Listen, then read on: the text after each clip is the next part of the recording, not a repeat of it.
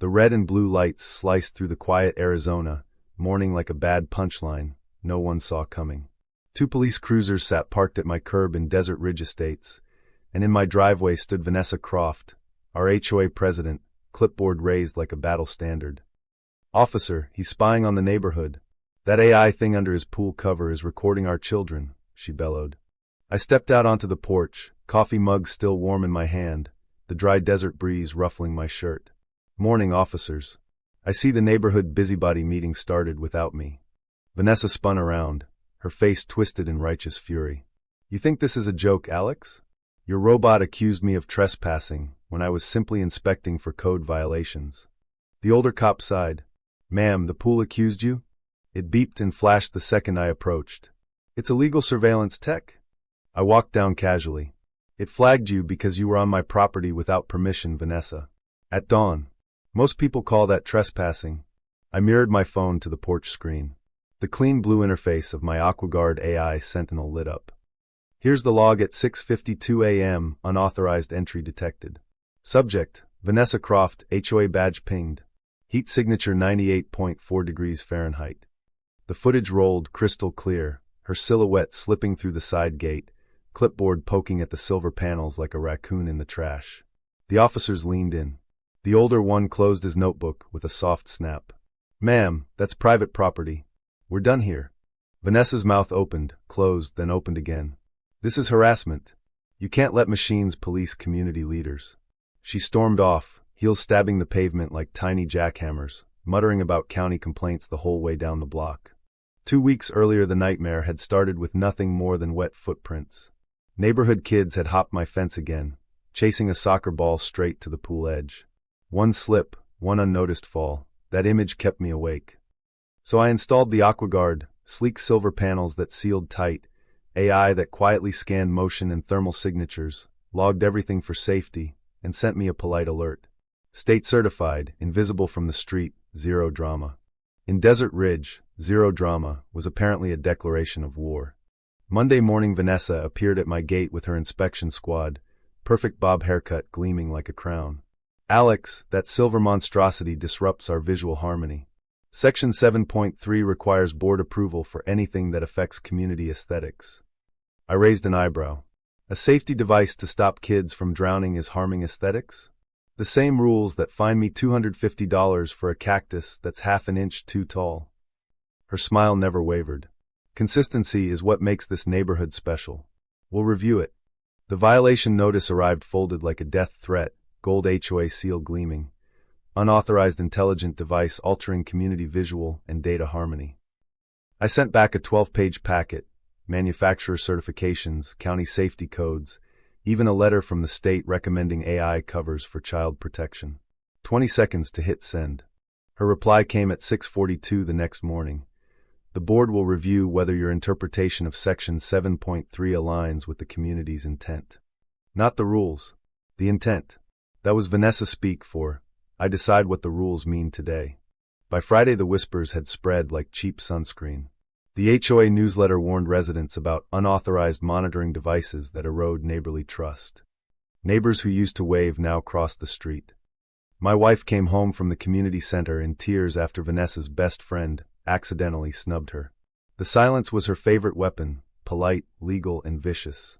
That's when Vanessa decided silence wasn't enough.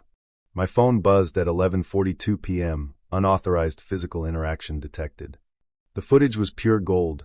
Vanessa in black yoga pants and a dark jacket, flashlight beam dancing across my backyard.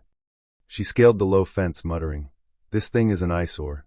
If I can find one violation," she poked at the wiring, tried prying a panel. The AI logged her HOA badge RFID perfectly. Confidence 98%. I saved every frame. Then saved the second visit 3 nights later when she brought 2 board members for backup. "Enforcement," she whispered on audio. I archived it all, time-stamped, geolocated, ironclad. The pressure ramped up. "He's turning this into a police state," became the block party refrain I was no longer invited to. But I didn't argue. I just kept recording. The final act played out exactly as Vanessa had scripted, or so she thought. She arrived with 2 cops on a sunny Tuesday. "This man has illegal AI cameras pointed at the entire community. He's spying on children." I invited everyone inside with a polite smile. Since you're here, let's clear this up with actual evidence. I connected the TV. Played the compilation, Dawn Inspection, Midnight Solo Raid, the group enforcement visit. Night vision showed Vanessa's face lit by her own flashlight, clipboard in hand, voice crystal clear. It's not trespassing when I do it, it's enforcement. The older officer stared at her. Ma'am, that's your HOA badge. Time-stamped. And your voice. Vanessa's face went the color of overboiled lobster. That's doctored. Deep fake. The younger cop zoomed in on the RFID ping. That's your badge number, ma'am. 11:43 p.m. Your own rules say no unauthorized entry. Period. The room went dead silent except for the hum of the air conditioner. Vanessa's empire of fear cracked right there on my living room screen. But the killing blow came the next morning in a plain manila envelope slipped under my door. No return address, just printed emails from the HOA board group chat. Vanessa instructing the treasurer, manufacture a few compliance issues on Brooks' file. Fines bring in revenue. Falsified invoices for community safety upgrades that went straight into her personal account. Plans to frame the surveillance narrative so the neighborhood would pressure me to remove the cover. I forwarded everything to Maricopa County that afternoon, attaching my footage as Exhibit A.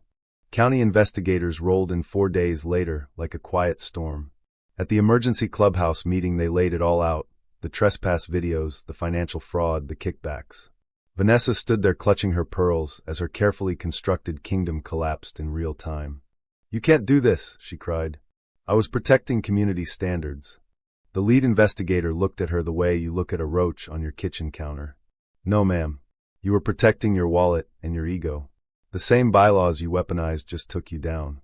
She was stripped of her position on the spot. Rumors of felony charges followed her all the way to the moving truck.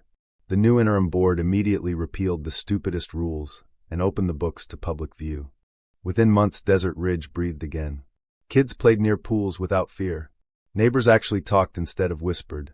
My AquaGuard, once public enemy number 1, became the recommended safety feature at the new community meetings. No clipboard required. Vanessa sold her house at a loss and moved to some quiet retirement community where, hopefully, no one questions her authority. Here's the truth that still makes me smile every time I look at that silver cover shimmering under the desert sun. The woman who preached rules for the greater good got destroyed by the very system she built to control everyone else.